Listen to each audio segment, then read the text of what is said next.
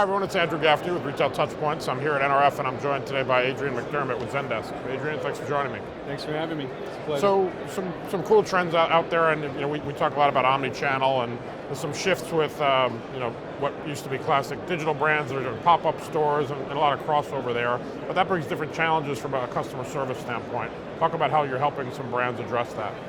Sure, yeah. I mean, we think that great service is really a product of context about the customer, understanding the relationship, and then reducing effort in the customer's journey, along with thinking about key moments in the interaction when you can give something unique and interesting to the consumer.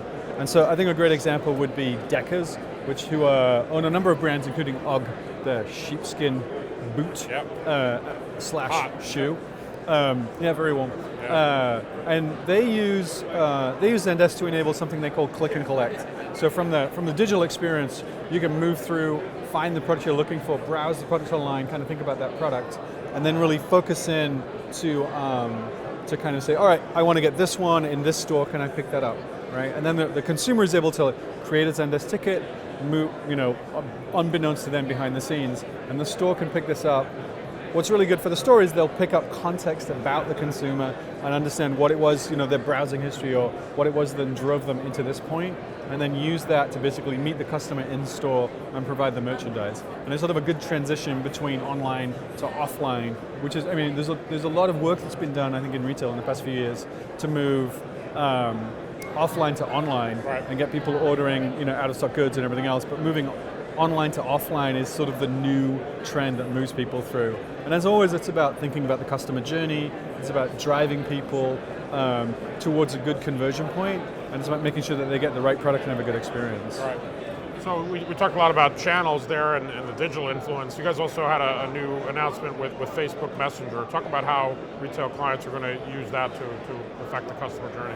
Absolutely. I think that because customers are attuned and new to using instant messaging on websites, so that you come in and you at the point of conversion, usually in the shopping cart, or when you linger too long on a page, we're used to seeing, can I help you with this purchase, right? Do you have any questions about products? That's a natural thing for people to expect, but it also has a feel sometimes of being a little bit off-brand or very much a sales situation. Sometimes you want the help, sometimes you don't. You're always free to ignore it. Messenger is one of your social channels, and really by moving into Messenger, you're putting the brand in, with your list of friends, your brothers and your sisters and the other people that you have connections with through Facebook, and you're establishing that long-running one-to-one connection between brand and consumer.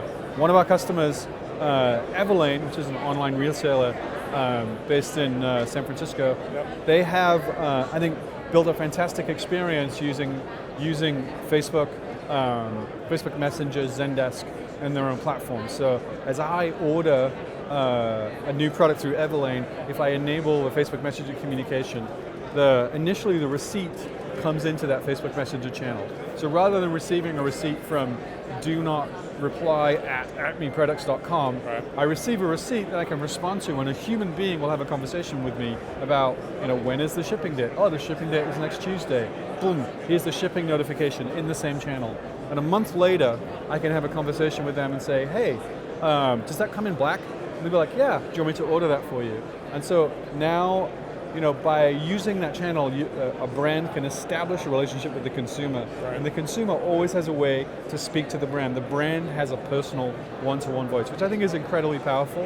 It, obviously it provides, it comes along with a set of challenges for retailers in terms of how to staff up to that and how to build that sort of innovative culture within the digital call center. Yeah. But those are the challenges that companies like Zendesk, or Zendesk in particular, are there to help them with.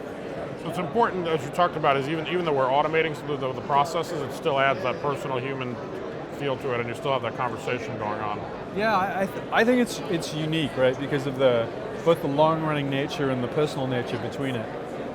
A chat on, if I chat with someone in the shopping cart and have a great experience where they tell me about product, I would really enjoy that, and I often really enjoy it, but it's transactional. That conversation had a beginning, a middle, and an end. The messenger chats never end. If you look to Asia in particular, you'll see, in China, the majority of retail transactions are preceded by some kind of messaging conversation, either on the Alibaba messaging platform or on WeChat. And I think we can expect millennials who are habitual WhatsApp users or Messenger users, and modern consumers who become more regular users of Messenger to want to communicate with the brands they communicate with over those channels. That's great. Now, another thing in terms of channel, obviously mobile is so pervasive. Everybody's talking about mobile. We also had an announcement around embeddables. Talk about how that differentiates the mobile experience.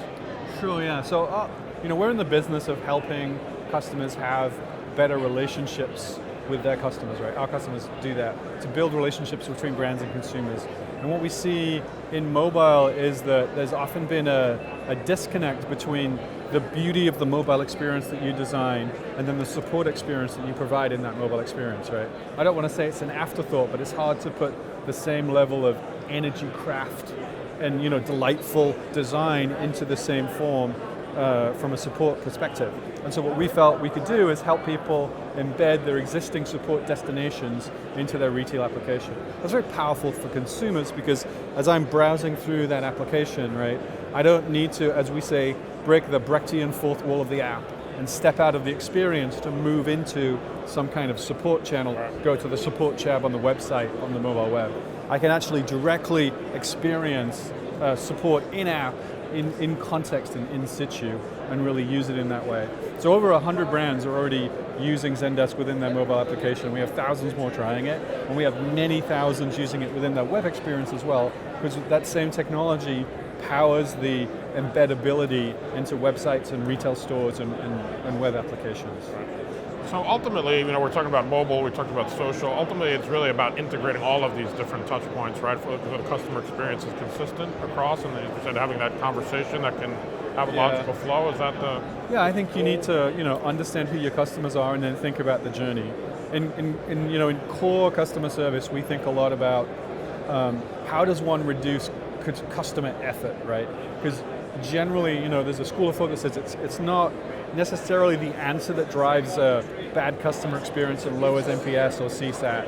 It's not necessarily the timeliness of the response or other things. It's the level of effort that the customer had to put in. How often did you make them repeat themselves because you didn't have enough context? Or the routing that you have doesn't route with all of the context that's needed for the agents, right?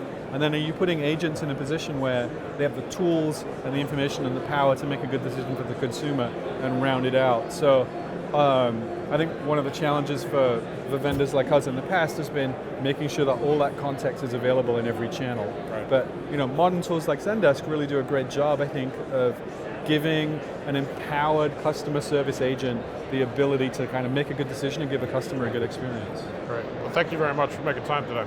Thank you very much. All right, thanks Good to everybody. talk to you. Cheers.